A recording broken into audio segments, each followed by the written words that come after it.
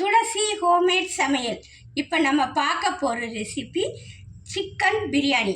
அதுக்கு சிக்கன் ஒரு 1/2 கிலோ எடுத்திருக்கேன். கொஞ்சம் தாளிக்கிறதுக்கு பட்டை, சோம்பு, அன்னாச்சிப்பூ, ஜாதி பத்திரி, ஒரு ஏலக்காய் இவ்வளோ எடுத்துருக்கிறேன். அரிசி ஊற வச்சுருக்கேன். இந்த டம்ளருக்கு 1 டம்ளர் ஊற வச்சுருக்கேன்.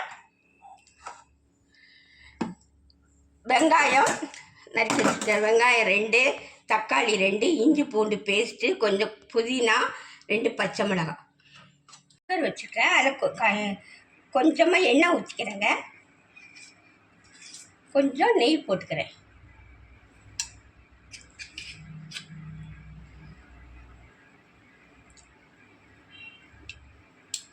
நல்லா காயட்டும். இதில் எடுத்து போட்டுக்கிறேன்.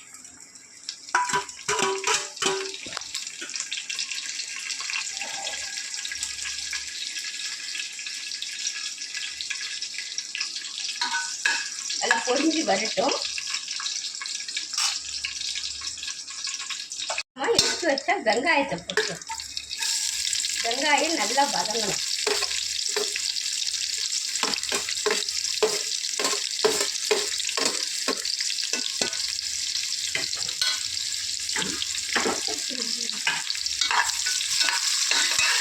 கொஞ்சம் நல்லா வதங்கட்டுங்க.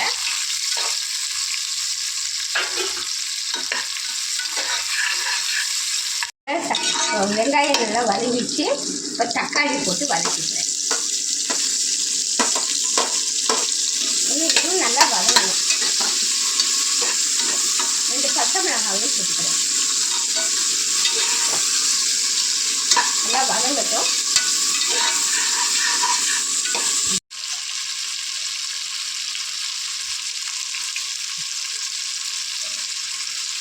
கொஞ்சம் மிளகாத்தூள்,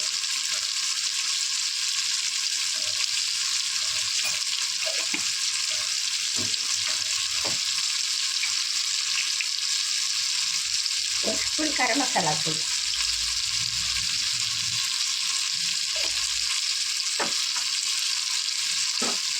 இஞ்சி பூண்டு பேஸ்ட் போட்டுக்கிறேன். கொஞ்சம் புதினாவும் போட்டுக்கிறேன். எல்லாத்தையும் நல்லா வதக்கிடலாம்.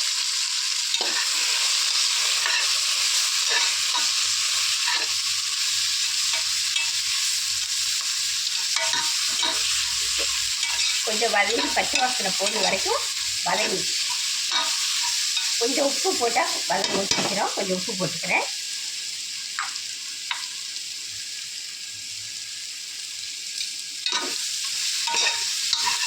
இப்போ எடுத்து வச்சு கறியை போட்டு அது கூட வதக்கிடலாங்க. அந்த உப்பு காரெல்லாம் அந்த கறியில் உரைக்கிட்டு கொஞ்சம்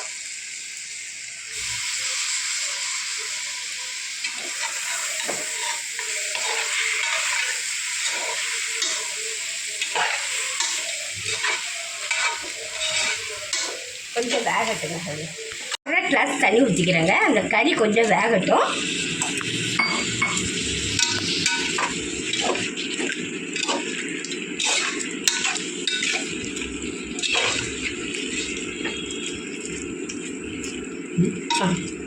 கொஞ்சம் தனியாத்தூள் கொஞ்சோண்டு போட்டுக்கிறேங்க.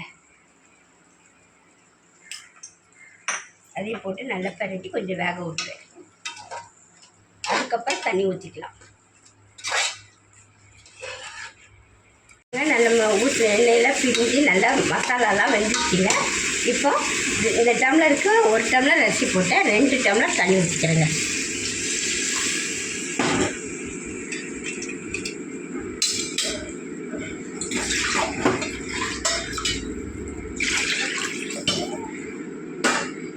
இப்போ கொஞ்சம் உப்பு போட்டுக்கிறேன்.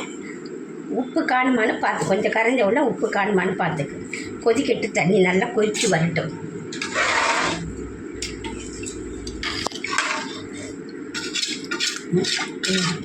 ஊற்றிக்கிறேங்க.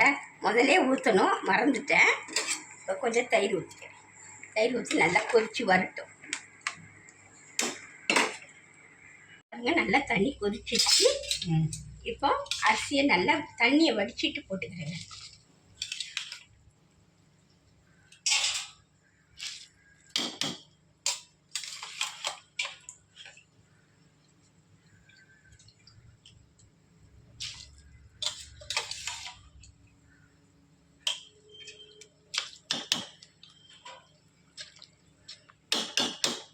பாருங்கள். இந்த டைமில் கொஞ்சம் உப்பு காணுமான்னு பார்த்து கொஞ்சம் ஒரு கல் தூக்கலாக இருக்கணும் உப்பு.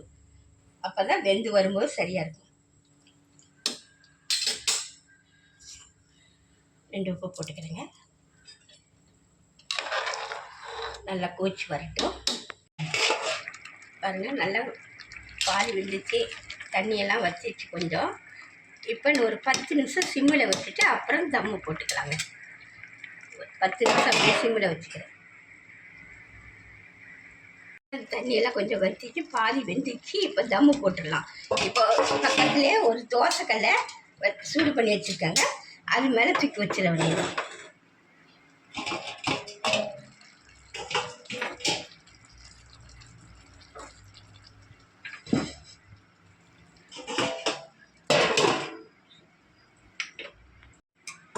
ஒரு 10 நிமிஷம் வேகட்டும், தம்மில் இருக்கட்டும். பாருங்க, இப்போ கொஞ்சம் புதினாவை தூவிட்டு கொஞ்ச நேரம் இருக்கட்டும். அப்படி பாருங்கள், சிக்கன் தம் போட்டு இறக்கிட்டா. இப்போ பாருங்கள் எப்படி இருக்குது பாருங்கள். உடச்சி விடலாம். பாருங்கள் எப்படி இருக்குது, உதிரி உதிரியாக வருது பாருங்கள்.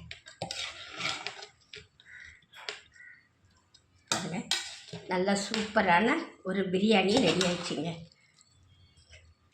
இந்த ரெசிபி உங்களுக்கு பிடிச்சிருந்தால் சப்ஸ்கிரைப் பண்ணுங்கள், ஷேர் பண்ணுங்கள், கமெண்ட் பண்ணுங்கள். அடுத்த ரெசிபியோடு சந்திக்கின்றேன். நன்றி, வணக்கம்.